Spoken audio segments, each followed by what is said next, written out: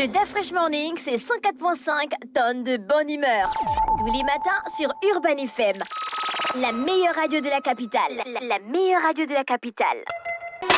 Sur les 104.5 Urban FM Monac, Jean-Paul, bonjour. Bonjour la fraîche. Comment tu vas ce matin? Ça va très bien. Et à la forme? Oui, surtout que René Ruth, c'est son anniversaire aujourd'hui, donc on ne peut qu'avoir la forme. Ça. Au moins pour elle, on ne peut pas ne pas être en forme ce matin. D'accord, l'actualité internationale nous emmène où? À Kinshasa, en République démocratique du Congo, où s'est tenu de lundi à mercredi dernier, de mardi à hier jusqu'à jeudi, une session extraordinaire de la CEAC, la Communauté économique des États de l'Afrique centrale. J'ai entendu parler. C'est une organisation qui regroupe 11 pays membres de cette sous-région de l'Afrique centrale. Et lorsque j'avais parlé dernièrement du Tchad suite aux événements du 20 octobre dernier, où j'avais déploré l'absence d'intervention de la part à la fois de l'Union africaine et d'institutions, d'organisations de l'Afrique centrale pour se pencher sur la crise au Tchad, en l'occurrence, comme c'est le cas en Afrique de l'Ouest, où la CEDEAO est en avant à chaque fois qu'il y a des crises, même si cette sous-région-là traverse plusieurs crises, en Guinée, au Burkina Faso ou au Mali, mais la CEDEAO, à chaque fois qu'il y a quelque chose qui survient, elle se met immédiatement en branle, ces institutions se mettent immédiatement en action pour essayer de trouver une issue pacifique à la crise. Et j'ai déploré ici que malheureusement, l'Afrique centrale ne s'inspire pas de ce qui se fait en Afrique de l'Ouest. En l'occurrence, ça faisait 18 mois que le président Idriss Déby était décédé. On sait qu'à la suite de sa disparition brutale, il y a eu un coup d'État, même si ce coup d'État a été soutenu par certains pays, certaines puissances occidentales, en l'occurrence la France. Mais n'empêche que il y avait déjà dans ce pays-là, si tu veux, tous les ingrédients qui laissaient croire que le pays pouvait basculer vers une guerre civile. Et donc, c'est la raison pour laquelle j'avais trouvé à la fois étrange que le Tchad, qui fait partie de l'espace de l'Afrique centrale, voit que ce pays-là ne soit en aucun cas soutenu, ne soit en aucun cas accompagné, pas soutenu, accompagné dans un processus de transition pacifique. Et fort heureusement, j'ai l'impression que les choses quand même je ne suis pas le seul à avoir eu cette observation-là, puisque le président en exercice de la CEAC, le président Félix Tshisekedi Tshilombo, a donc convoqué cette session extraordinaire de la CEAC dont le seul thème était dédié à la situation de la transition politique au Tchad.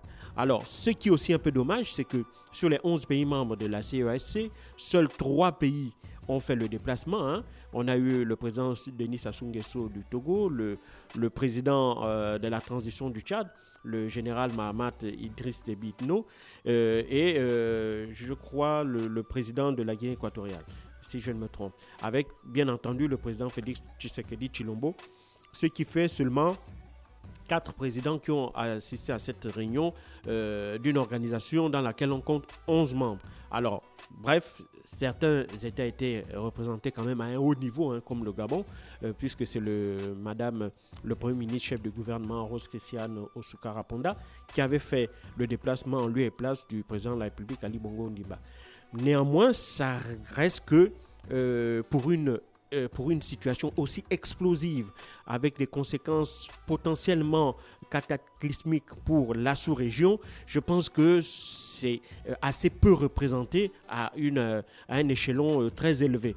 Néanmoins, il faut quand même être optimiste, puisque la CEAC a décidé, à l'issue de ce sommet-là, de prendre les choses en main et de tenir compte d'une réalité, c'est qu'au Tchad, la transition ne se passe pas bien, dans la mesure où, d'une part, lorsqu'il y a eu des discussions à Doha au Qatar, il y a une frange si tu veux, des forces politico-militaires qui n'ont pas été représentées, une frange quand même assez importante des groupes armés qui n'a pas participé à la discussion de Doha au Qatar. J'en avais parlé ici. De même que lors du dialogue inclusif qui avait été organisé cette fois-ci en N'Djamena à l'issue de des accords de Doha, il y a aussi une frange si tu veux, des forces politiques qui n'avaient pas non plus participé à ce dialogue-là, en l'occurrence le parti Les Transformateurs de Succès Mara. Et donc tout ça fait que, en réalité, il y a une frange non négligeable qui, évidemment, était en totale opposition avec les idées ou avec, si tu veux, le contenu des accords, aussi bien de Doha que des conclusions issues du dialogue inclusif. Et ce sont ces partis-là, dont ce sont ces groupements-là, qu'ils soient politico-militaires ou purement politiques, dont les partisans ont manifesté le 20 octobre dernier à l'issue du dialogue inclusif qui accordait une rallonge de 2 années supplémentaires à la durée de la transition et qui allait permettre, in fine, au général Mahamat Idriss Déby de participer à la prochaine élection présidentielle qui devait clôturer justement ce processus de transition-là. Et donc, on l'a vu, cette journée du 20 octobre dernier s'est soldée par un drame terrible. Les autorités ont parlé d'une 50aine de morts, dont une dizaine dans les rangs des forces de défense et de sécurité. Certaines organisations non gouvernementales présentes au Tchad, comme l'Organisation mondiale de la lutte contre la torture, estiment plutôt qu'il y a eu environ 80 morts et près de 300 blessés. Et donc, déjà, ce qui est sûr, c'est que le bilan, il est énorme. Et donc, cette situation est née, selon moi, du manque de volonté jusqu'à maintenant de la part aussi bien de la sous-région de s'emparer de ce dossier tchadien-là qui était déjà explosif. Alors, dès lors que l'on a vu le président Macron faire le déplacement à N'Djamena et apporter son soutien à la junte dirigée par celui qui était à l'époque colonel Mahamat Idriss Déby Itno, donc le fils du défunt président, on a eu l'impression que aussi bien la CEAC que la CEMAC, ils se sont lavé les mains en quelque sorte en disant que dès lors que la France avait pris les devants pour apporter son soutien au régime tchadien, et que ça veut donc dire que c'est la France qui devait en quelque sorte conduire cette transition-là. Et donc, malheureusement... Mais la France a dit qu'elle ne peut pour rien dedans. Mais évidemment, la France se rend compte qu'elle a commis une grave erreur parce que ça renforce le sentiment anti-français, pas anti-français, politique française, parce qu'il faut bien faire la nuance. Les gens ne sont pas contre les Français en tant que citoyens, les gens sont contre la politique française. Et donc, ce soutien apporté à la junte militaire au Tchad a donné le sentiment que la France, une fois de plus, s'immisçait dans les affaires intérieures d'un pays et voulait justement, avait décidé donc de protéger ce gouvernement qui était illégal.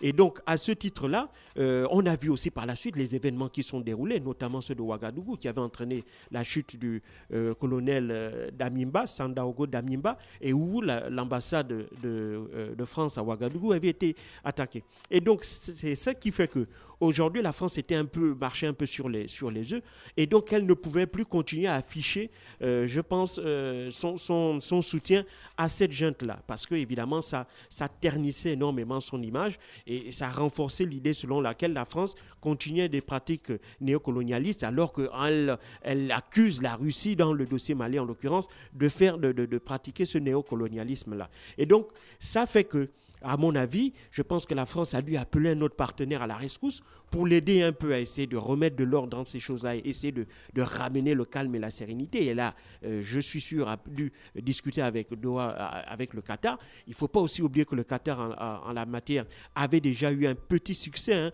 dans les discussions entre les talibans et les Américains qui avaient abouti avec le départ des Américains en janvier dernier, même si le départ il s'est fait dans les conditions que l'on connaît de manière assez catastrophique. Mais n'empêche que même les discussions à Doha au Qatar, même s'ils ont permis de faire asseoir sur la même table le gouvernement de transition, le gouvernement de la junte militaire et une partie des groupes politico-militaires qui combattaient le régime d'Idriss Déby Père, n'empêche qu'il y a une autre frange qui n'a pas participé, de même que lorsqu'on a eu le dialogue inclusif au Tchad, il y a aussi des groupes, des partis politiques qui n'ont absolument pas participé, et on a négligé la capacité de nuisance à la fois de ces groupes armés et de ces groupes politiques, et on a également sous-estimé la colère que devait susciter le fait que certaines décisions, certaines conclusions de ce dialogue inclusif-là ne faisaient véritablement pas l'adhésion d'une grande partie de la population tchadienne. Et c'est la raison pour laquelle il y a eu ces événements-là. Et donc, l'Afrique centrale, par le biais de la CEAC, a, pour une fois, véritablement vu que, le soutien français ou si tu veux le fait que la France soit à côté du gouvernement tchadien, ben, ça n'allait pas arranger les choses. Deuxièmement, on a vu les limites des effets de l'accord de Doha au Qatar et les limites des conclusions du dialogue inclusif. Et donc, la CEAC a décidé de prendre les choses en main et c'est la raison pour laquelle le président Félix Tshisekedi Tshilombo a donc convoqué cette réunion de la CEAC avec pour principale conclusion la désignation d'un médiateur de la part de la CEAC. Ce médiateur-là désigné n'est en autre cas, n'est tout autre que le président Félix Tshisekedi Tshilombo, donc le président de la RDC, qui, on l'espère, dans les prochains jours et prochaines semaines, devra se rendre à N'Djamena pour discuter avec tous les acteurs de l'activité, tous les acteurs de la vie politique au Tchad, que ce soit des acteurs civils ou les acteurs militaires. Alors, donc, l'objectif, ce sera certainement soit de trouver les moyens de parvenir à un accord avec les groupes qui n'ont pas voté, qui n'ont pas signé l'accord de Doha au Qatar ou qui n'ont pas participé au dialogue inclusif au Tchad, pour les amener à trouver une espèce d'accord parallèle qui permet de les inclure dans ce processus de transition-là, ou bien il va falloir recréer un autre cadre pour mettre en place un dialogue inclusif à une échelle plus large dans laquelle toutes les parties, sans distinction, quelle que soit l'obédience politique ou militaire, seraient intégrées afin que véritablement on parvienne à un climat politique qui soit apaisé avec comme objectif, bien entendu, l'organisation d'élections libres et démocratiques qui permettrait une transition pacifique du pouvoir vers un gouvernement légitime à la tête du Tchad et tourner une fois de plus, une bonne fois pour tout, le dos à cette transition et à ce climat délétère de violence qui mine le Tchad depuis presque 2 ans aujourd'hui. Merci Jean-Paul qui revenait sur l'actualité internationale. On parlait de la CEAC, c'est ça? Oui, tout à fait. Restez connectés sur les 104.5 Urban FM, la station urbaine dans le DAF Morning.